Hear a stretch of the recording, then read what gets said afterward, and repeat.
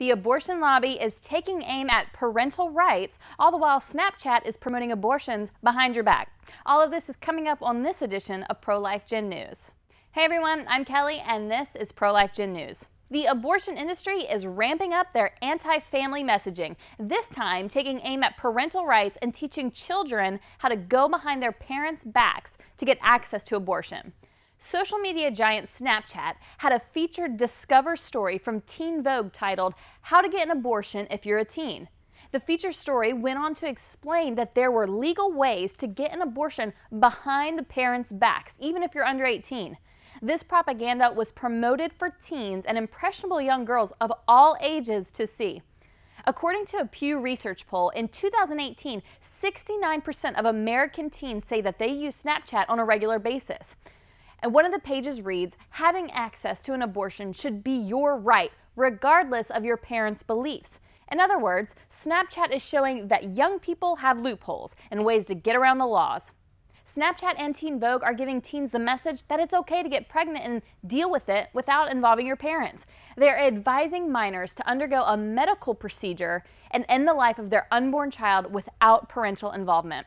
Not only does the article and the Snapchat story tell girls that it's fine to make this life-altering decision without consulting their parents, it fails to outline the risk that young girls could be taking by having an abortion and how it could impact the rest of their life.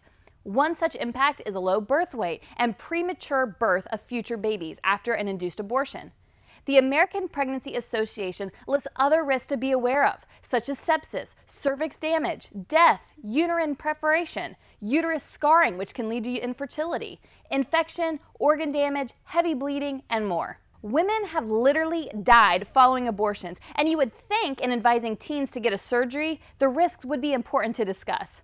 If you are a parent, this should be outrageous to you. We cannot and will not be pushed out of our children's lives and feed them to the wolves of Planned Parenthood and other pro-abortion organizations who plan to profit off their pain. And if you're a student, this should also enrage you.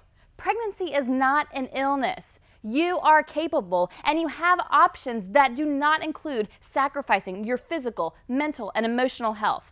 There are all kinds of pro-life groups like Students for Life's Pregnant on Campus group that are waiting to embrace mothers, waiting to offer them hope.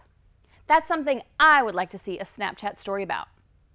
However, Snapchat and Teen Vogue are just following suit to an alarming trend of pro-abortionists trying to break down family communication and take away parental rights. A recent coalition of 75 organizations, including Planned Parenthood, the National LGBTQ Task Force, and the ACLU and the National Abortion Federation, released their 116-page blueprint outlining a policy agenda aimed at advancing policies for women and children in the name of sexual and reproductive health care and rights and justice. However, after reading over the policies, one quickly realizes that they would substantially harm American families without bringing forth these rights or justices. Parental rights, for example, are being targeted for elimination. The coalition deemed parental consent for abortion as detrimental to the empowerment of girls and youth assigned female.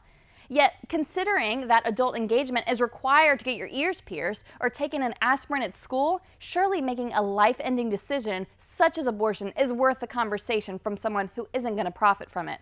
Experts would agree that distancing a mother's guidance regarding the health and well-being of their children is a terrible policy. The relationship between a mother and daughter is one of the most likely to remain strong to both parties, especially through major life events. The substantive work of Dr. Michael New has shown conclusively that when a state passes a law ensuring that parents are involved in the decision, the overall statewide rate of abortion decreases by an estimated 13.6%. The real question for consideration is who can better be trusted to help a child make a decision about abortion?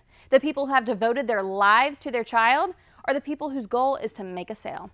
Let us know what you think below. That's all for this edition of Pro-Life Gen News. For more on these stories and the latest in the pro-life movement, head over to studentsforlife.org and continue to follow us here on Facebook. Don't forget to like and share the content you're seeing to help us make a difference for hope and life in America. Thanks for watching. I'll see you next time.